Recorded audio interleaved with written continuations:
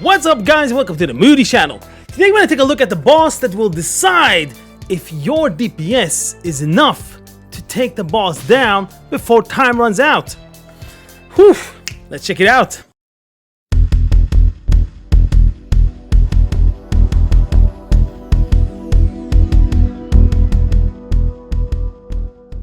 Purging Protocol and the Energy Cores. The boss has an energy bar. When the boss energy reaches 0, it will pulsate very high arcane damage to all the players. Also, it will increase damage from each pulse by 100%.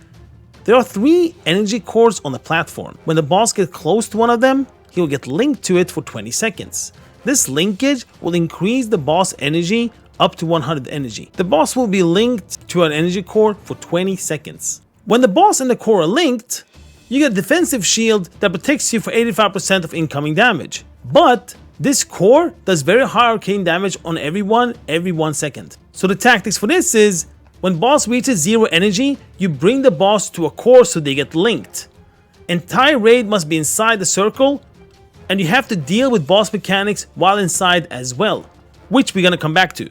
After the core is done charging, the boss will cast Meltdown, which makes the core explode and does very deadly arcane damage to all players that are within 15 yards. But it does very high damage if you're further than 15 yards. So the tactics for this is, run away fast from the core when it's done charging. And healers, beware during and after the core charges. When the core explodes, be ready for healing cooldowns. Elimination Pattern. Boss will do a combo of 2 abilities, Sunder and Obliterate. You will only see Sunder on normal mode, but on heroic you'll see both of these. When boss does Sunder, he will slam the ground on the main tank location, and this does very high physical damage also to others within 6 yards. It leaves a debuff that increases damage taken from Sunder by 200% for 20 seconds. However, the boss does Sunder every 40 seconds, and this was on the PTR.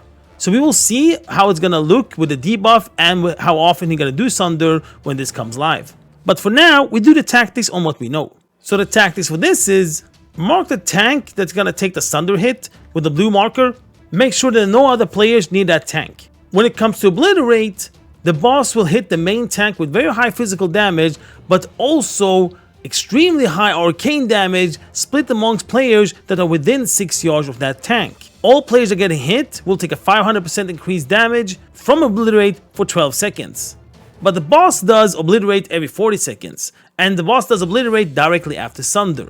So the tactics for this is, when outside the defensive circle, meaning when you don't have the boss close to a core, mark the tank that's gonna get hit by Obliterate, and several raid members stack up on the tank to share the raid damage. If it turns out that the boss will do the Obliterate within the window while some people have the Obliterate debuff, then you need to divide the raid in 2 groups. Have 1 tank in each group, and directly after the Sunder followed by the Obliterate, you will swap so that the next players will take the hit from the next Obliterate. But when you're inside a defensive shield under an active core, then you tank the boss on the left side of the circle, and you don't need to soak with the tank anymore because this defensive shield is more than enough. Form Sentry. The boss will spawn an orb that circles around him for 40 seconds. After 30 seconds, he spawns another orb. So you will have 2 orbs for a 10-second window.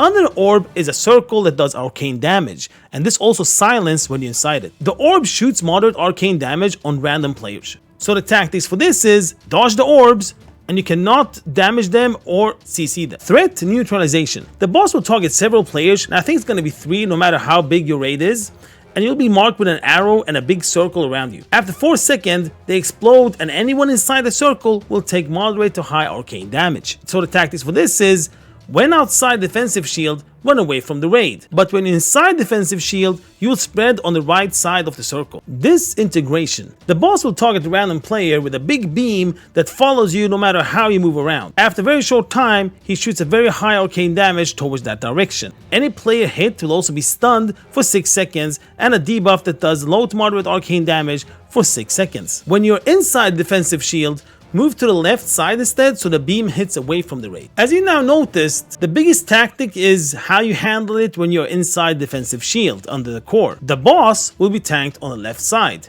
The Sunder debuff will be hit on the top side.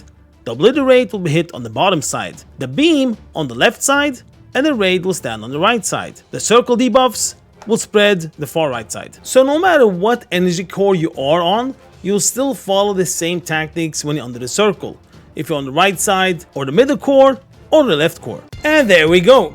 I hope this guide will help you take the boss down with your team.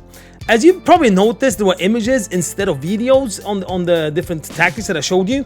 And that's because I deleted that video by mistake. It was on the same video as the Tarragrue fight, and those were on the same day on the PTR testing, and I thought I deleted the Tarragrue one, but apparently I deleted both of the bosses.